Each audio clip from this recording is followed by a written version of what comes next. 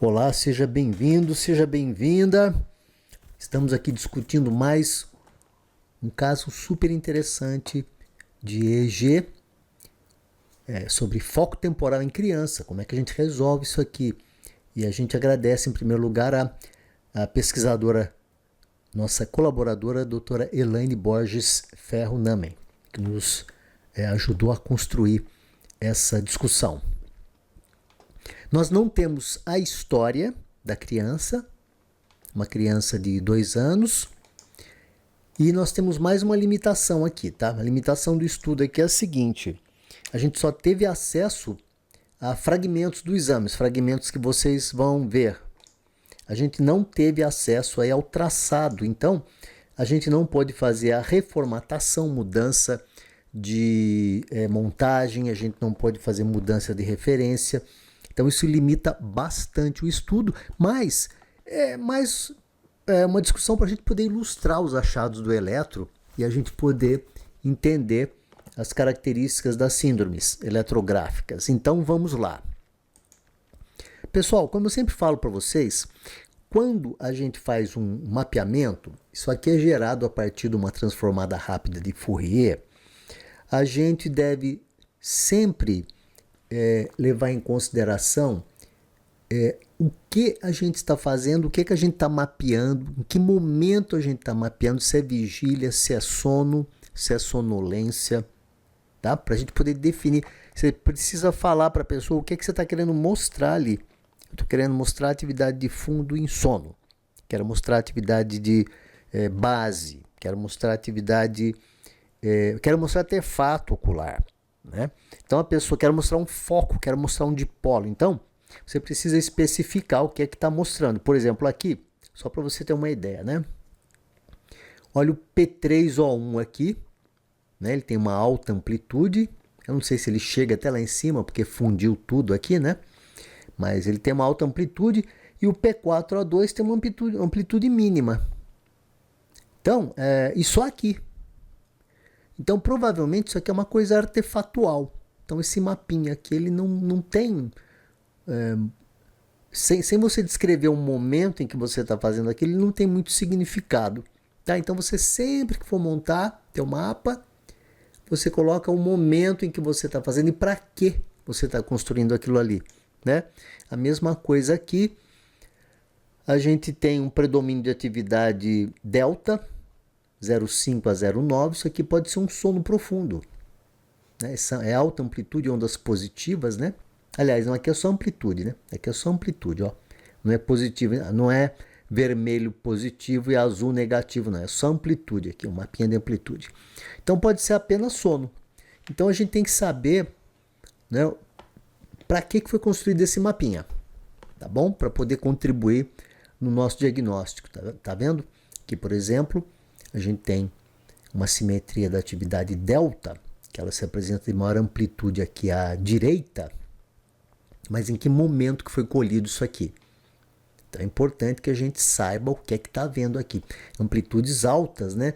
1069 Hz em microvolts, pelo menos aqui nas imagens, a gente não tem nenhuma atividade com essa amplitude. Então, não sei se isso aqui é microvolt ao quadrado, eu não sei o que é isso aqui, tá bom? Sempre lembra de você especificar o que você está querendo mostrar. Quero mostrar uma lentificação aqui. Olha, a lentificação descrita no traçado corresponde a essa imagem, né? Por exemplo, tá? Então, sempre lembrar disso. Essas imagens, elas acabam não ajudando, né? A mesma coisa aqui, nesse gráfico, a gente vê predomínio de atividade lenta, a gente vê que aquela simetria O1, O2 desapareceu, né, nas regiões posteriores, que era parietal e occipital posterior, né, isso, tá? Desapareceu aqui.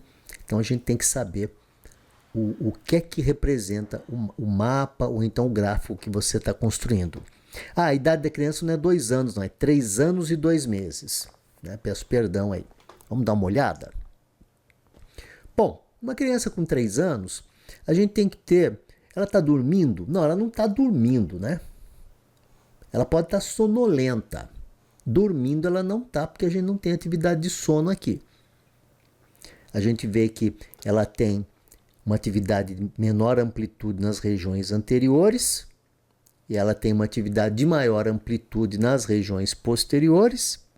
Então ela deve estar acordada, está querendo esboçar um ritmo dominante posterior aqui, mas tem um detalhe, né? Está lentificado. Tem que ter uma atividade lenta. A gente tem um ritmo delta aqui, polimórfico. Isso aqui pode ser artefatual, como eu disse para você, a gente não tem o traçado, não é? Mas se isso aqui persistir, a gente vai aceitar como atividade elétrica cerebral. Então a gente tem aqui uma atividade lentificada nas regiões posteriores à direita. Vamos ver a esquerda aqui. Está lento também, né? Pode ser só sonolência. Vamos ver, né? Entretanto, T4, T6, olha, a gente tem uma atividade rápida aqui, hein?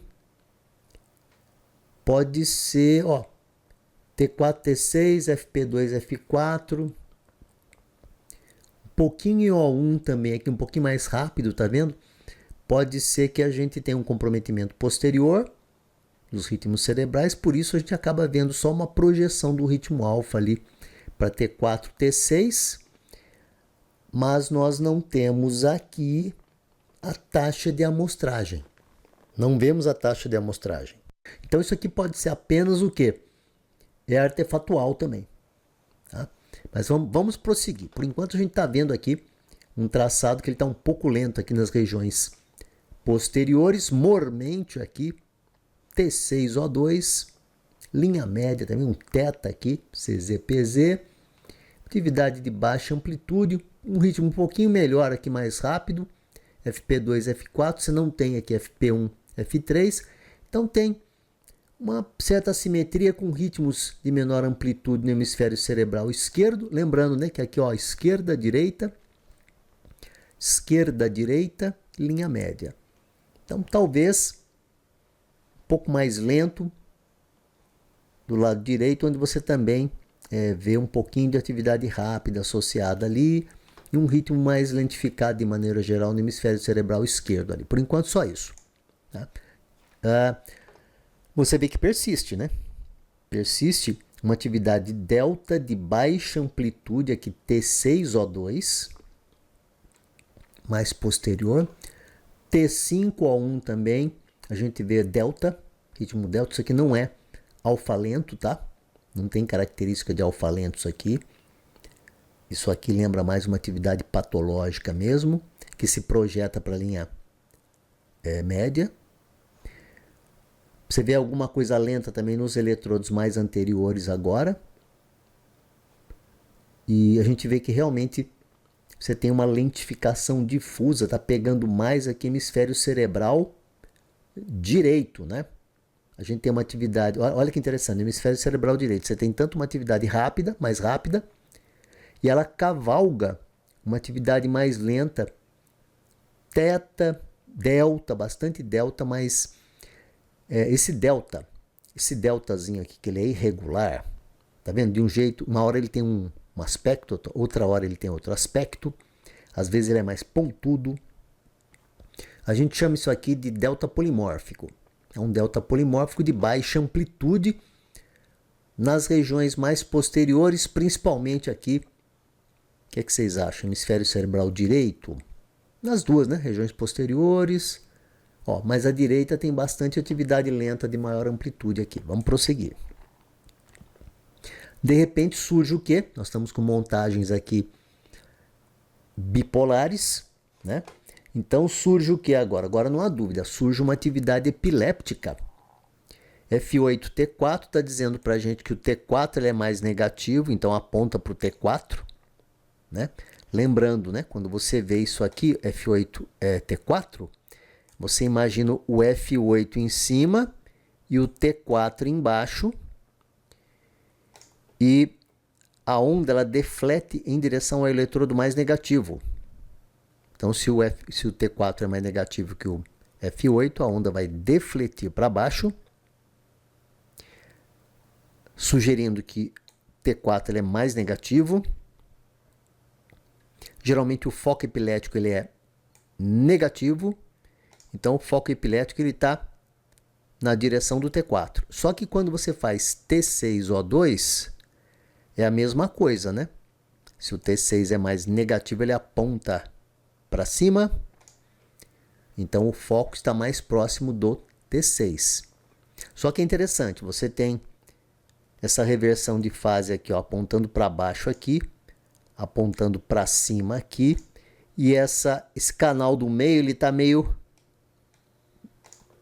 assim, sem grandes deflexões, vamos colocar assim, meio ISO, né? Tá sem grandes deflexões. Isso quer dizer o que então? Olha aqui, esse canal aqui do meio, tá vendo? Aqui ele apontou para o T4.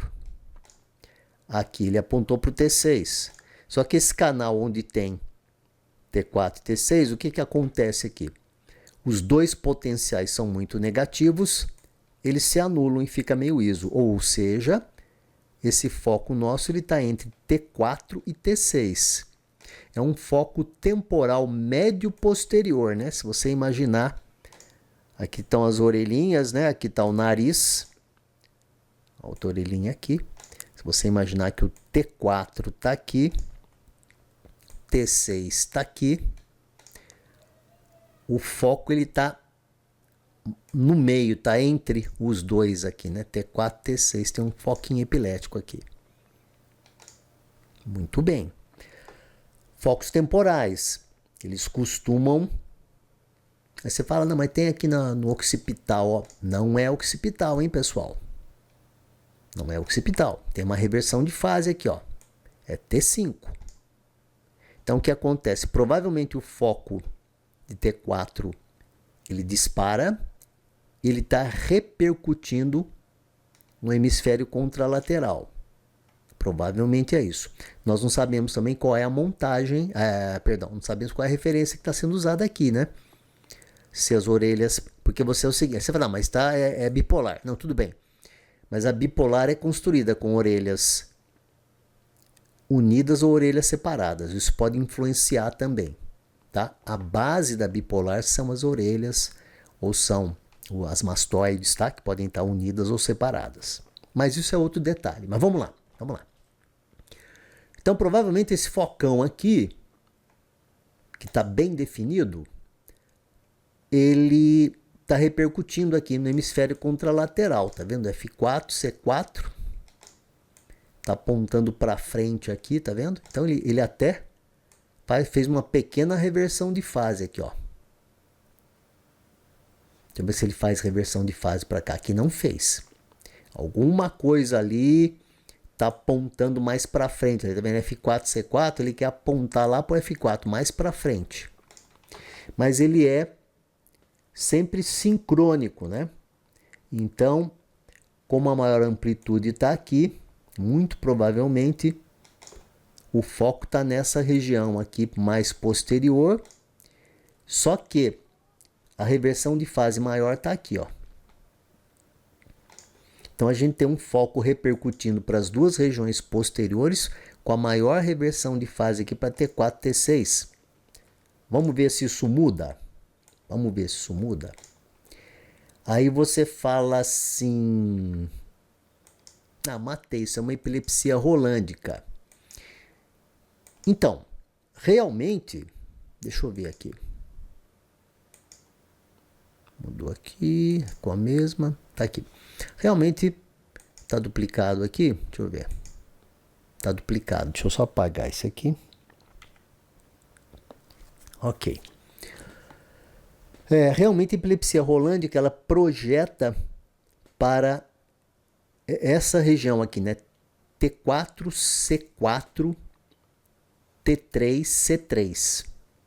Só que o que a gente tá vendo aqui é um foquinho que ele está mais posterior, ó. Ele está em T6, alguma coisa aqui em T6. Ah, mas você não falou que aqui ele está olhando para frente? Não, aqui você veja que a montagem é referencial. Quando é referencial, o foco ele está mais próximo do eletrodo que tem a maior amplitude, onde a onda epiléptica tem maior amplitude, que seria aqui. Tá? Essa atividade aqui, ó. Essa atividade aqui é um delta mais pontudo. Vocês estão vendo? Se ele estiver na região temporal, a gente chama de tirda. Aqui ele está na região central, né? Poderia chamar de sirda, que não foi descrito ainda, né? Mas seria um sirda, um delta, meio pontiagudo associado à atividade epilética aqui. Então, note que interessante. Além da atividade epilética, você tem essa atividade lenta aqui, central, e você tem um tirda aqui, ó, uma atividade delta polimórfica, que ela é cavalgada, né, por uma atividade mais rápida, aqui no hemisfério cerebral direito. Vamos ver no esquerdo se tem, ó, T4, vamos ver se o T3 tem também. Tem um pouquinho também, tá vendo? Só que interessante, né? Enquanto aqui no T4 você tem uma atividade epilética muito bem formada, aqui você tem uma atividade epilética também de menor amplitude. E ela é sempre, enquanto você tem aqui bem formadinha, iniciou aqui, tá vendo? No hemisfério contralateral, ela é de menor amplitude, é mal formada, dizendo pra gente o quê? Que provavelmente, né, esse foco ele está aqui mesmo. Está no T6. Aí você fala, então, é rolândico, é uma epilepsia rolândica? Veja que interessante, né? Epilepsia rolândica é centro-temporal. A gente teria que ter um C4. Mas pode ser só na temporal. Pode sim, mas geralmente é temporal médio. Teria que ser aqui tipo T4 e T3. O problema é que a reversão de fase aqui, ó, tá mais posterior, tá entre o T4 e o T6. E repercute lá no hemisfério lá na frente, tá vendo? F4, C4. E no hemisfério contralateral. O que está me incomodando aqui é essa lentificação. Você tem um pouquinho de alfa, tá vendo? E tem uma lentificação aqui, ó. Você tem uma lentificação temporal. Você tem um tirda aqui também. O que acontece na epilepsia rolândica? Se você não tiver muitas descargas na epilepsia rolândica, você não vai ter uma lentificação. Você pode ter descarga, descarga, descarga, que está um pouquinho lento e depois normaliza. Aqui não. Aqui você vê que está contínuo. Pelo menos todas as páginas que a gente está vendo aqui, tá? Você nota essa lentificação, esse tirda, essa atividade temporal aqui, ó, o tirda, um delta temporal. Esse delta temporal, o tirda, ele está mais associado com a epilepsia do lobo temporal mesmo, verdadeira, embora ela seja muitas vezes mais anterior, tá? O tirda muitas vezes, a maior parte das vezes, né, ele está mais associado ali ao F7, ao F8. Aqui ele está mais posterior, né? Ó, T3, T4. Mas ele ocorre muito mais, ele é muito mais fácil de você ver numa epilepsia do lobo temporal do que numa epilepsia rolândica. Outra coisa também é que a espícula, vamos falar assim, ó, entre aspas, a espícula da epilepsia rolândica ela é mais espiculada. A ponta da epilepsia rolândica ela é mais pontuda. Aqui você vê que ela é mais romba, né? É mais rombuda, vamos dizer assim, né? Ela é mais romba, ela é menos aguda. Então, sugerindo pra gente que isso aqui não é uma espícula rolândica, mesmo porque não apareceu em nenhum momento aqui nenhuma espícula na região central. Tá puxando lá mais para, ó, puxa mais aqui a reversão de fase aqui, ó. Reversão de fase sempre aqui, T4, T6, tá vendo? Aqui, ó, essa região. Repercute lá na frente alguma coisa, mas não tem reversão. Tá piscando, né? Ele pisca. A criança tem 3 anos. Então, algum grau de lentificação a gente tem que aceitar, né? Mas não nesse nível aqui que a gente tá vendo, né? Isso aqui tá muito lento. Tá muito lentificado isso aqui. Linha média não ajuda muito. Linha média acaba não ajudando muito. Tá? Olha só. T4, T6 sempre, né? Se sobressai em relação à ativação epilética contralateral, que deve estar ocorrendo aqui em espelho. Vamos prosseguir aqui. Olha, sempre essa reversão de fase aqui, T4, T6. Então é um foquinho ali temporal médio posterior. Tem ondas agudas e tem... Eu fico até em dúvida se isso aqui é uma onda aguda, uma onda lenta. Sinceramente, tá? Ou se é uma onda aguda associada com um TIRDA. Né? O que é um TIRDA? Um Temporal Intermittent Rhythmic Delta Activity. É um TIRDA. Atividade delta temporal intermitente e rítmica, tá? Olha só, você vê que a atividade lenta persiste ali. Por que eu fico falando isso? A atividade lenta persiste, olha o foco como é mais aberto e tal. Porque sugere pra gente que não é um quadro funcional, que é lesional. Você pode ter uma alteração aqui, pode ser funcional, mas a gente tem que procurar uma alteração estrutural aqui, porque está muito frequente aquela atividade delta. A atividade delta, ela é muito patológica, né, pessoal? Ela sempre está associada, sempre, entre aspas, né? Ela muito frequentemente está associada com lesões corticais. Uma criança pequena dessa, epilética, com essa quantidade de descarga aqui, ela pode ter aí um erro de migração neuronal, ela pode ter uma malformação, coisa que o valha, né? Olha só, o foquinho aqui sempre está muito lento, né? Vocês lembram? Com 3 anos de idade, você tem um ritmo dominante posterior de 8. Olha como está lento. Está piscando bastante, quer dizer... Agora que a gente viu esse focão, essa atividade lenta persistente aqui, a gente fala, não, ele deve estar acordado, né? A criança está acordada, porque se a criança dorme também, se a criança está sonolenta, ela tem que evoluir para o sono aqui, não está evoluindo. Ela está mantendo, pelo menos nesses fragmentos que a gente tem aqui, ela está mantendo essa sonolência, vamos dizer, entre aspas, esse estado que não está evoluindo para um sono aqui. Então, eu não sei se ela está sonolenta realmente ou se ela está com um traçado apenas lentificado. Aquela repercussão nas regiões anteriores do hemisfério cerebral direito, T5O1, provavelmente ele está fazendo essa atividade epilética aqui em espelho, porque eu não vi essa atividade aqui isolada. Aí você fala, mas por que não é o contrário? Por que o foco não é em T5O1 e o espelho está aqui, T4, T6? Porque aqui a gente tem a reversão de fase, né, pessoal? Certo? Atividade delta sumiu aqui, você vê até o ritmo mais rapidozinho aqui, então, em T4, T6, porque o que acontece? É lento o T4, T6, mas a lentificação, quando você faz a comparação entre os dois eletrodos, ela desaparece. Certo? Então tem reversão aqui, mas não tem aqui. E nem aqui. Então o foco está aqui. A atividade focal está ali. Mas não é aquela atividade focal que ela desaparece, como na rolândica, na epilepsia rolândica. Geralmente desaparece a atividade e normaliza o traçado por um período. Não tem. Está sempre lento aqui nas regiões posteriores. Então isso aqui não é uma epilepsia rolândica. Isso aqui deve ter um quadro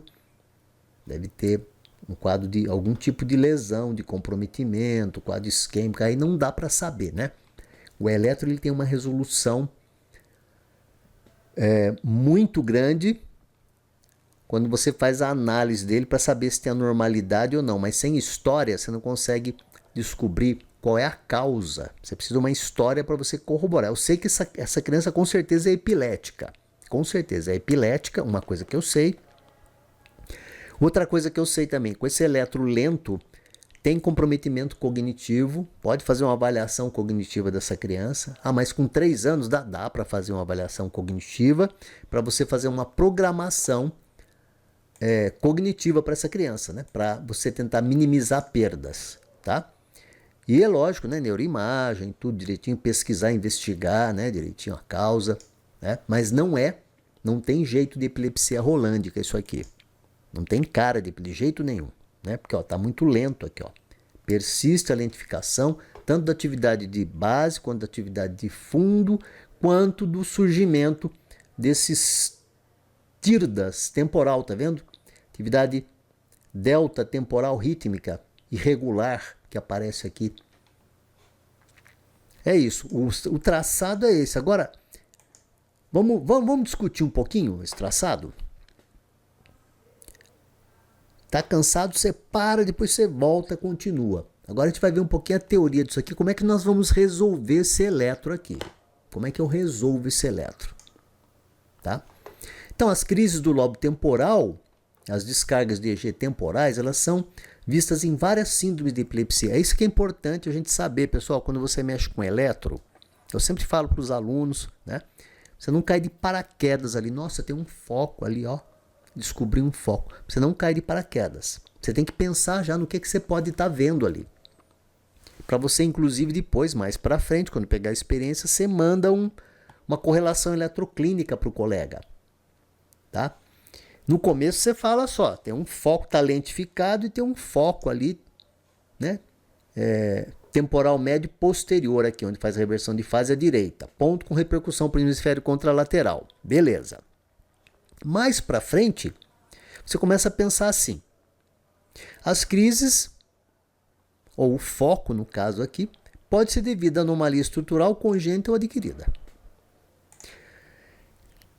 Esses focos deveriam ser mais anteriores, para a gente pensar numa epilepsia do lobo temporal, com esclerose mesial hipocampal. Mas vamos discutir como ser, tá? Classicamente, as crises do lobo temporal mesial elas são vistas com esclerose do hipocampo, frequentemente precedidas por um histórico de crise febril prolongada ou crise atípica. Então, você para e pensa o seguinte: quais são as síndromes associadas à atividade epilética de predomínio temporal em crianças? Vamos ver algumas síndromes aqui, ó. Com esse eletro aqui. É esse eletro aqui. O que é que a gente poderia pensar para essa criança? É assim que a gente tem que tentar resolver o eletro. Ó, esclerose mesial temporal. A etiologia dela é congênito adquirida. Você vai ter crise do lobo temporal, crises mesiais. Tem história de crise febril. Na neuroimagem você vai ver esclerose do hipocampo. Simples assim. Ah, mas criança não tem isso. Tem sim. Cada vez estão descobrindo mais e mais esses quadros de epilepsia do lobo temporal com esclerose hipocampal em crianças. Só que a clínica é diferente. Olha, síndromes não lesionais do lobo temporal. Eu vou dizer, eu acho que não é esclerose. Então, esclerose hipocampal. Então vamos ver quais são as síndromes. Eu posso ter epilepsia lateral do lobo temporal autossômica dominante. Pega o quê? Pega a convexidade, pega do lado de fora aqui. Pega aqui logo abaixo da orelha, logo atrás da orelha, né? Logo na profundidade da orelha ali. Não é mesial, não é lá na intimidade do lobo temporal, é fora, é na convexidade. Imagina que o teu cérebro, aliás, o teu crânio é um ovo, né? Do lado de fora do ovo. Esse tipo de epilepsia aqui, esse tipo de foco. Genética, mutação principalmente do gene LGI1, em cerca de 50% das famílias. Só que a idade de início, ó, geralmente é adolescência. Semiologia tem auras auditivas elementares. Geralmente eles falam assim, ó, eu escuto, quando vai começar a minha crise, eu escuto como se fosse, sabe aquelas festas onde você está na festa, aquele barulho de gente falando, você não consegue identificar ninguém? Esse tipo de aura auditiva que tem, pode ter crise afásica também. Geralmente no adolescente, embora possa acontecer entre 1 e 60 anos de idade. Neuroimagem normal, curso benigno. Tá aparecendo isso aí? Nós não temos a história, né? A gente não tem a história. Certo?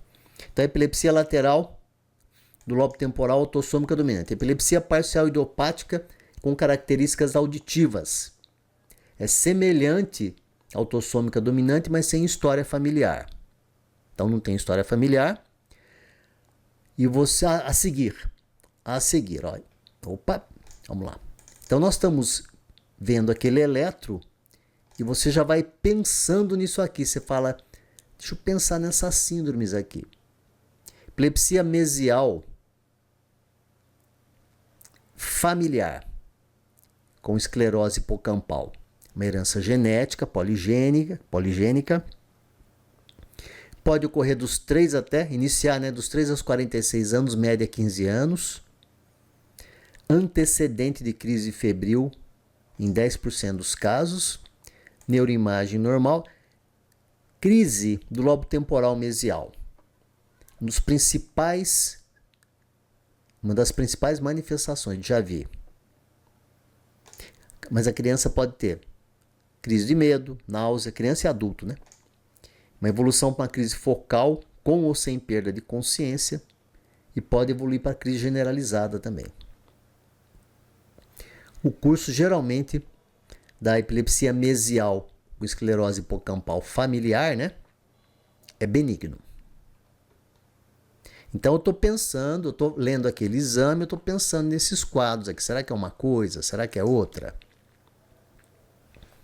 Quais outros quadros poderiam estar associados com um foco temporal? Epilepsia da leitura. Epilepsia da leitura, você tem crises de alexia provocada pela leitura, descarga ictal temporal esquerda, né? Tem que ser esquerda, geralmente. E possível início bilateral independente das crises, né? Das descargas. Né? O eletro é a descarga temporal. Neuroimagem nada, curso clínico nada. Uma síndrome que esse não é o quadro aqui, com certeza não é o quadro aqui, mas para o diagnóstico diferencial, Landau-Kleffner, você vai ter regressão de habilidades com ou sem crise, né? No Landau-Kleffner você pode nem ter crise. Regressão de linguagem, agnosia auditiva. A criança tem, no início, se acha até que a criança tem autismo, né?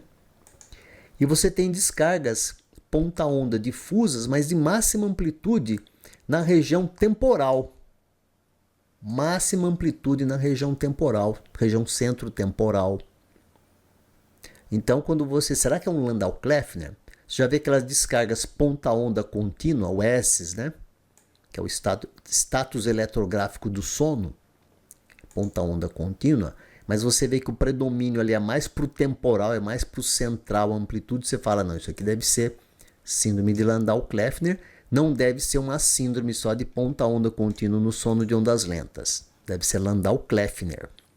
Quando puxa mais para a região central, aquelas descargas que são contínuas, mas não é o caso aqui, né? Essa criança não tem descargas contínuas, é para entrar no diagnóstico diferencial. A mesma coisa para a síndrome da ponta-onda contínua durante o sono lento, né, que é irmã gêmea aqui do Landau-Kleffner, né? Só que daí você tem regressão global, dificuldade de linguagem expressiva, habilidades, alteração tempo-espacial, né, hipercinesia, déficit de memória, etc, etc.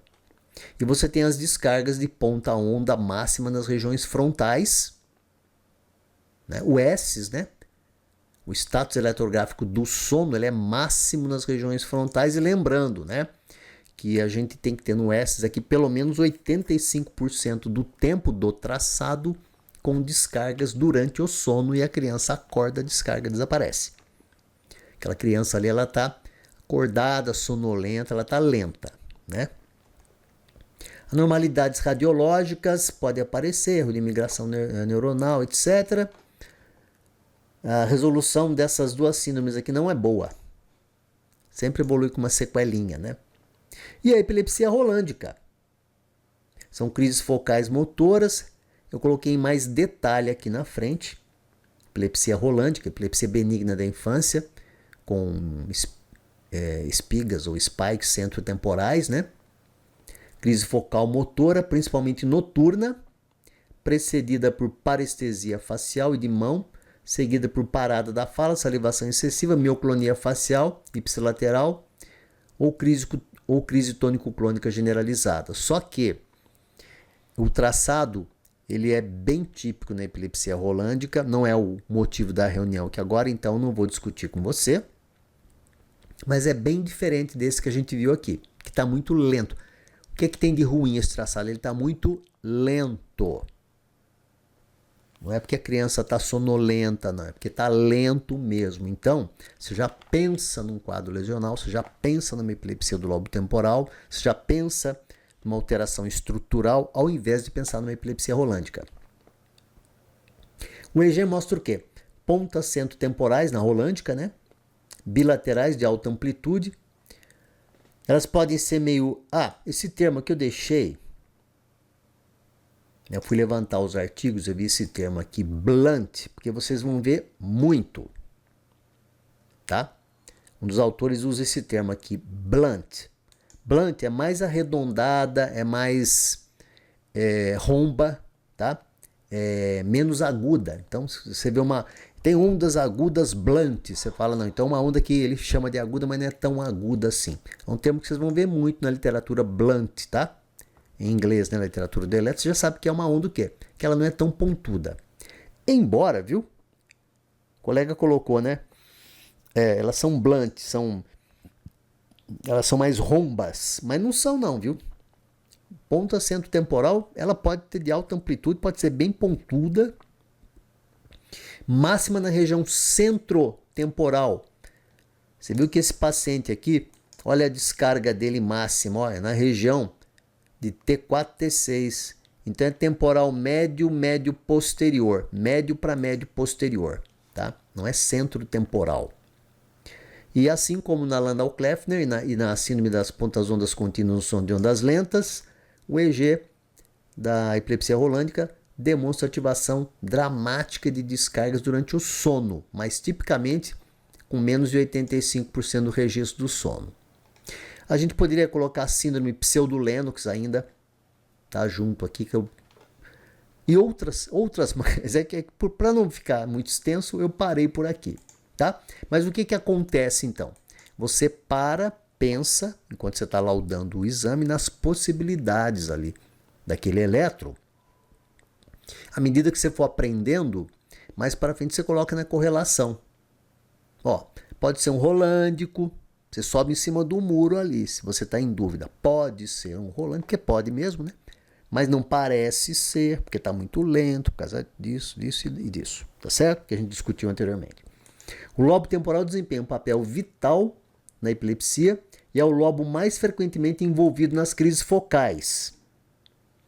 Epilepsia do lobo temporal em crianças e lactentes apresenta características clínicas claras que a distinguem de síndromes bastante homogêneas observadas em adulto. Da síndrome bastante homogênea, quer dizer, a epilepsia do lobo temporal, né, no adulto, ela tem características que são típicas. Se você faz uma anamnese ali, você que mexe, você é epilepsia do lobo temporal. Então essa parte aqui do diagnóstico diferencial, a gente discutiu. Agora eu vou comentar com você o quê? O que é que eu vou comentar aqui agora? A semiologia de alguns tipos de crise na criança, crise do lobo temporal especificamente. Por quê?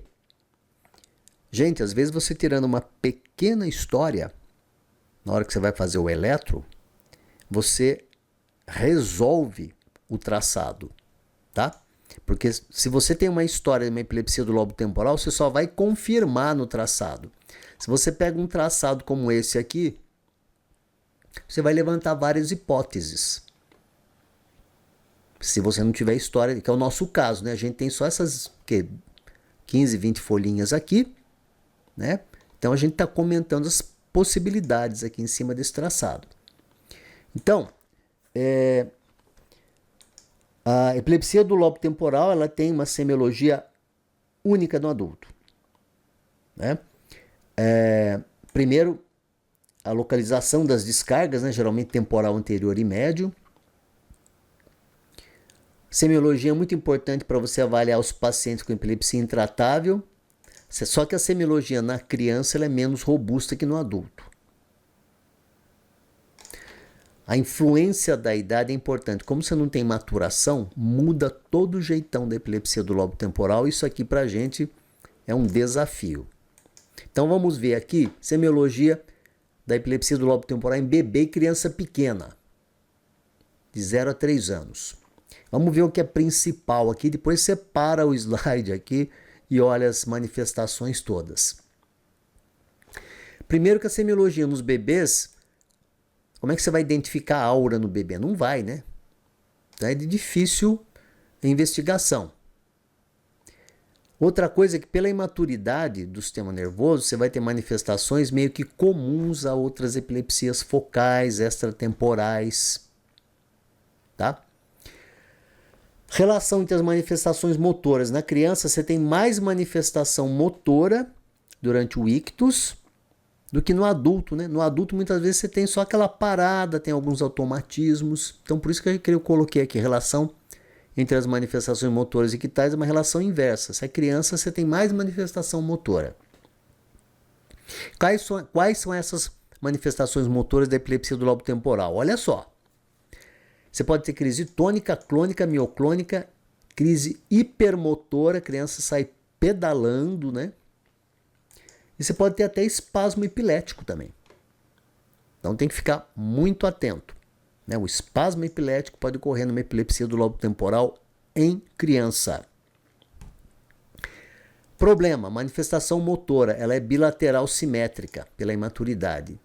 Então confunde a gente com outros tipos de crise, por exemplo, lobo frontal. Por quê? Por causa da imaturidade é que você vai ter essa mielinização incompleta, né, que vai levar você a ter essas manifestações que são inespecíficas. O sistema límbico imaturo também leva você a não ter manifestações típicas. Ocorrência de espasmo epilético em criança. A imaturidade leva a essas respostas que são inespecíficas, vamos dizer assim. Né? Eu coloquei aqui via interações córticos subcorticais disfuncionais, particularmente tálamo, gânglios da base e outras estruturas do tronco. Estamos falando de crianças de 0 a 3 anos aqui, hein? Então vocês estão vendo como é difícil pegar um lobo temporal aqui, tá? A gente deu sorte de pegar esse eletro, né? Que mostra realmente uma coisa focalizada ali. Aí depois você vem e fala, não, mas essa criança tem anóxia de parto. Pode ser, tá? E você tem muita dificuldade na avaliação das auras, que são subjetivas, né? Como é que a criança vai descrever uma aura? É comum nessas crises aqui a criança ter o quê? Parada comportamental, você acha que é uma ausência, olhar fixo e cianose labial. Vamos ficar atento com essa semiologia. Vamos pegar agora crianças aqui entre 3 e 6 anos de idade. Deixa eu aumentar um pouquinho só aqui, ó. Aumentar a fonte, está muito pequenininho isso aqui. Pronto, 3 e 6 anos de idade. Vou gravar aqui. A semiologia, ela mostra o quê? Uma lateralização mais evidente, já está maturando um pouquinho mais, né? Está mielinizando mais. Que manifestações pode ter? Postura distônica, rotação da cabeça e desvio do olhar. Boca já facilita para a gente levantar a hipótese de um quadro focal. Lateralização das manifestações motoras, né? Desvio do olhar e da boca e rotação da cabeça, muitas vezes contralateral, mas você pode ter rotação da cabeça também ipsilateral. Criança tem esses automatismos aqui, né? Oroalimentar, olhar fixo, olhar em volta, bater palma. Isso é bem típico de criancinha pequena ainda, né? E os automatismos, eles são assim, simples, são menos complexos que das crianças maiores e do que os adultos, né? Embora muitas vezes a lateralização, ele coloca aqui, ó, o autor coloca, né? É menos precisa em crianças do que em crianças mais velhas. A avaliação da aura ainda é difícil, mas a criança pode sentir medo, pode correr para o pai, ela pode chorar no início da crise. Aí você já, pela história, bom, pode ser uma aura isso aqui. Tampa o ouvido unilateralmente, se ela tiver uma aura auditiva, então facilita. Crianças mais velhas. Então, semiologia da epilepsia do lobo temporal em crianças mais velhas e adolescentes. Então, aí já fica mais fácil, que é muito semelhante à do adulto, né? Então, você vai ter os pródromos, você vai ter a cefaleia tanto antes quanto depois da crise, irritabilidade, insônia. A pessoa fala, eu sabia, muitas vezes eles falam, né? Eu sabia que eu ia ter crise. Eu senti que eu ia ter crise naquela semana, eles falam. No dia anterior eu sabia que eu não ia passar bem. Os pacientes falam muito isso. Auras são comuns, especialmente na epilepsia do lobo temporal mesial, muito mais do que na lateral. Tem uma aura, na verdade a aura, né? Esse termo está voltando de novo, né? Sumiu um tempo e agora está voltando. A aura já é o início da crise. Começo da crise já é o que se chama de aura. Esses termos vão e voltam, né, pessoal? Agora a aura está em alta de novo. Então, que tipo de aura? Né? A aura epigástrica, isso aqui é muito típico de epilepsia do lobo temporal com esclerose hipocampal. A pessoa fala que sente um mal-estar, uma coisa ruim, assim, que vai subindo. Quando chega aqui na base do pescoço, da boca aqui, né? Na base do crânio aqui, essa coisa que sobe no reto externo, uma coisa muito ruim. A pessoa tem um estreitamento da consciência e começa a crise. Então pode ser isso, pode ser aura olfatória, gustativa, somatosensorial, auditiva, visual, visceral, psicomotora, né, que é o Djamé, Djamé-Vi, e estados oníricos. O Djamé-Vi é aquela situação em que você olha, você estranha o lugar. Eu nunca estive aqui, né? Você está dentro de casa ali, você mora 20 anos ali, nossa, que lugar que é esse? Nossa, eu sei que eu estou em casa, mas não estou reconhecendo isso aqui.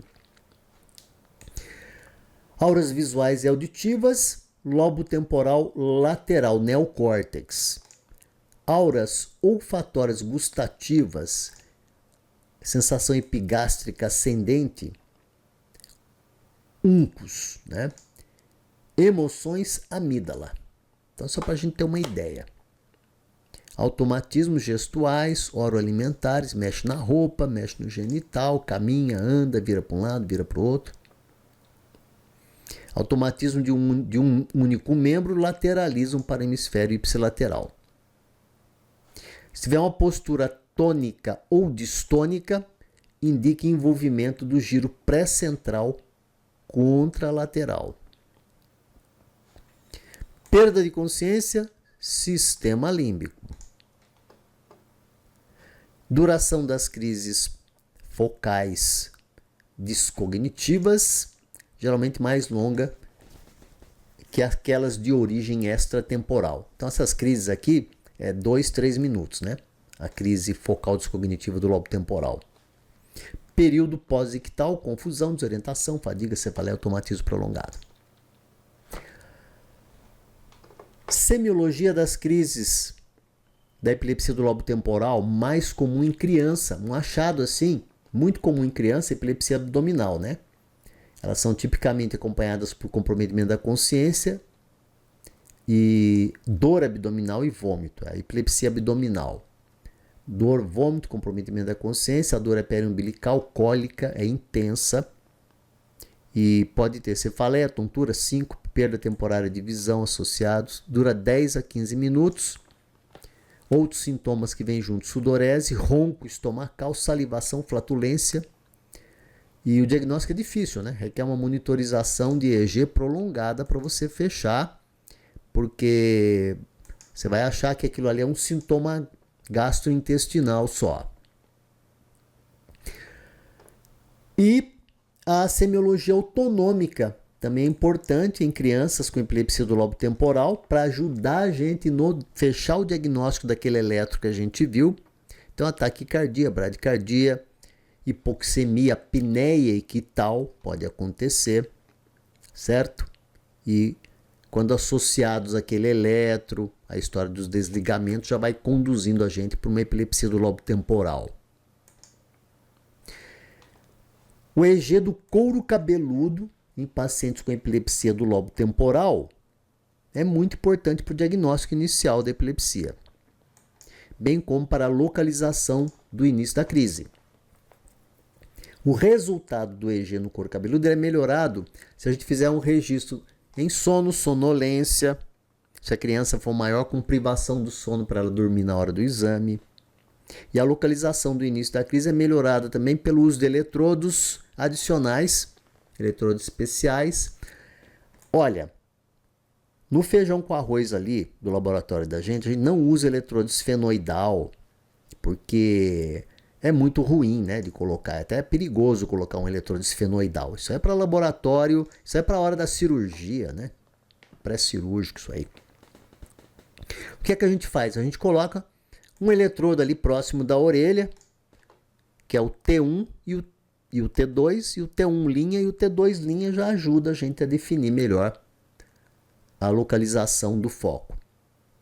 Tá? É assim que a gente faz. A gente não usa esfenoidal, nasofaríngeo, a gente não usa nada disso na rotina. Tá? Na rotina, o EEG, ele não é invasivo de jeito nenhum. Ele é bem tranquilo de fazer. Tá? Então, o que é que você vai ter na epilepsia do lobo temporal? Descargas altamente epileptogênicas, que é a carinha daquelas descargas que a gente viu. Máximo, só que é o seguinte, né? São máximas na região temporal anterior, T7, T8. A gente não viu isso. A gente viu médio posterior, mas não quer dizer que não é. Pode envolver proeminentemente os eletrodos auriculares. O que é isso, né? As referências. Pode pegar as referências. E aí dá uma confusão, mas não é o motivo da discussão aqui agora, tá? Porque contamina a referência, que é em cima do lobo temporal, nossa. Mas enfim. Ativação. Fazer o exame insônia e sonolência. Distribuição. A descarga pode ocorrer unilateral ou bilateral. A gente viu nesse exame que estava com predomínio à direita, né? Importância dessas descargas que a gente viu ali, altamente epileptogênicas. São descargas altamente epileptogênicas. E você tem, é muito comum você ter isso aqui, né? O TIRDA, atividade delta rítmica intermitente temporal. São trens, ali não estava muito rítmico, né? A gente via uns trens assim meio arrítmicos, né? De onda lenta, de baixa a moderada amplitude, monomórfica, a gente viu ali polimórfica, na frequência delta sobre a região temporal unilateral ou bilateral. O delta monomórfico, ele realmente faz o TIRDA. Ali a gente viu um delta mais polimórfico, que eu chamei de TIRDA também. Mas o delta polimórfico, pessoal, ele é mais relacionado à lesão, hein, que o monomórfico. Tá? E como localização nessas epilepsias focais, principalmente o lobo temporal, o delta polimórfico, ele também é importante. Ativação. Sonolência e sono não REM. Diferenciação da atividade delta polimórfica. É importante diferenciar da atividade... Importante diferenciar a atividade delta polimórfica associada a lesões focais, que é a diferenciação do delta polimórfico da lesão do delta rítmico do TIRDA. Ou seja, aquele delta nosso ali, ele pode estar relacionado a algum tipo de lesão ali, né? Importância clínica do delta tipo TIRDA, ele tem o mesmo valor diagnóstico de epilepsia que as ondas agudas e as pontas ondas. É muito importante. O EG ictal na epilepsia do lobo temporal. A epilepsia do lobo temporal tem um limiar super baixo para crise, tá? É muito fácil você ter crise na epilepsia do lobo temporal. Limitante do EEG do couro cabeludo em criança na crise é a maturação cerebral incompleta. Que manifestação você vai ter ali? Mesmo se a lesão for focal em criança, você pode ter descarga generalizada ou multifocal, tá? Então a gente tem que lembrar disso, criança é criança, né? Até o EEG normal é mais difícil de ler, né, gente? Padrão típico do EEG ictal. Atividade paroxística rítmica de amplitude moderada a alta, máxima em uma região temporal. Então você tem descargas bilaterais e na hora do ictus ali, você vai ter predomínio na região do foco. E no período pré-ictal você vai tendo uma agregação de unidades neuronais, você vai tendo um aumento da atividade ponta-onda e depois no final você vai tendo uma atividade lenta, arrítmica, focal, temporal, ou até generalizada, né, pós-ictal. E é importante você tentar descobrir que horas acaba a descarga para você poder falar, não, aqui essa atividade é ictal, aqui essa atividade é pós-ictal. Então é mais ou menos isso que a gente vai pensando enquanto a gente vai vendo essa atividade aqui, tá? Ok? Essa difusão importante dessa atividade epilética aqui sugere para a gente que o quadro aqui ele não é um quadro de epilepsia rolândica apenas. Ela vai entrar o quê? Nesse diagnóstico diferencial todo aqui, que vai depender do quê? Vai depender da história. Tá? Muito obrigado a todos aí por terem participado.